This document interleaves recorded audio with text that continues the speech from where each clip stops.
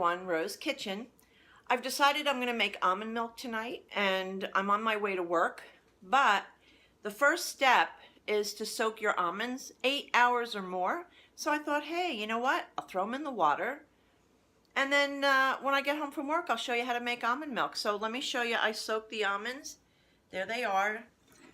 Come in a little closer. Can you see that? Yeah, it's just 1 cup of almonds actually in soaked with water. The water over, you want to make sure the water goes up about 1 inch over the almonds.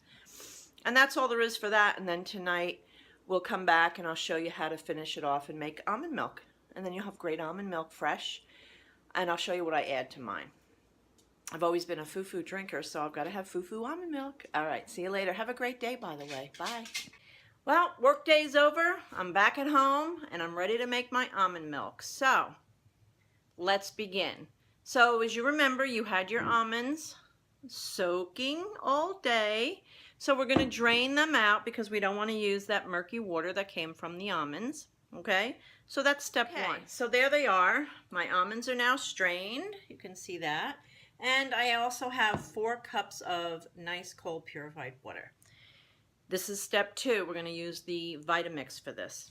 If you have a powerful blender, that's great, like a NutriBullet. That I think would work if you have the real strong motor, because almonds really take a strong motor. So I'm going to go ahead and put my almonds into my Vitamix. And then I'm going to go ahead and pour in my milk, my water rather, sorry about that. Okay, good. Now, I'm just not a plain Jane girl, so I like to add some things. I'm going to be using it for cooking as well, but if I were to just use this for drinking or cereal, I would add cinnamon. But because I'm going to use it for cooking things too, like I'm going to be using it in making one of the dressings that I'm going to show you, I will still add a little dash of vanilla extract. It doesn't hurt. Now I will tell you, most people, you can put between 3 and 4 cups of water. I do go for the whole 4 cups of water. Let's say you wanted to make almond creamer, okay, for your coffee, almond milk creamer. Then I would definitely cut that down to 2 cups of water. And that'll give you that thicker, creamier consistency. All right, so I'm going to turn on the Vitamix, and it's going to get rather loud, but bear with me. And we'll get that all mixed, all started and blended and pureed and everything else the Vitamix does. Okay, hold on. So I ran that Vitamix for probably, I don't know, 2-3 minutes. If we look into the Vitamix, you're going to see how frothy it looks. It's really frothy. I'm going to let it settle for a little bit, and then maybe 2 more minutes. And then the next thing we're going to do is we're going to take what they call a nut bag. It's a super fine bag that will strain it. And I'll pour it through here and keep that milk. And I'm going to demonstrate that for you too.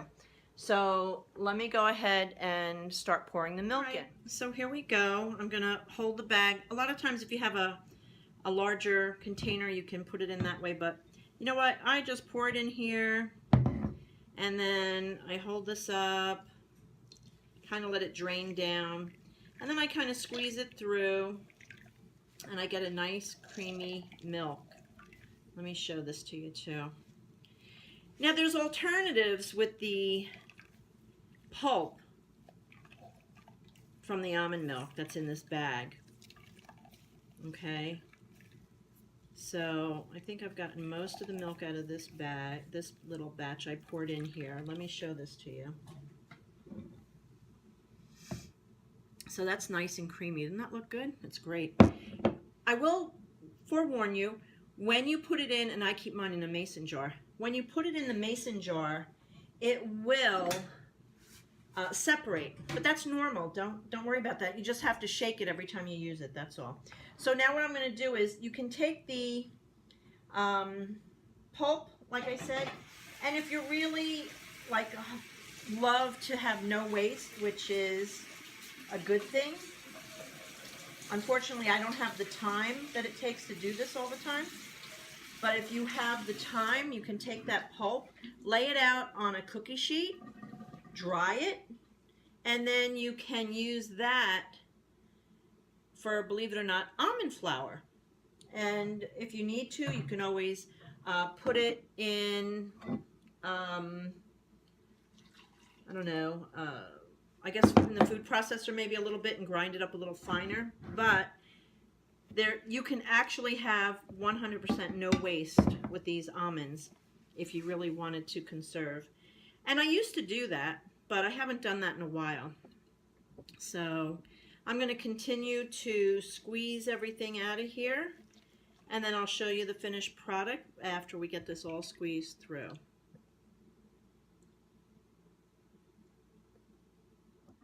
So I'm just going to put it in my mason jar. I'll probably use 2 mason jars because this is the smaller of what I usually use. But look how nice and creamy that is, how nice and smooth. This is going to be delicious. So that was the last squeeze. And there I am pouring it into the jar. Love it. It's perfect. It's absolutely perfect. This is the most perfect container.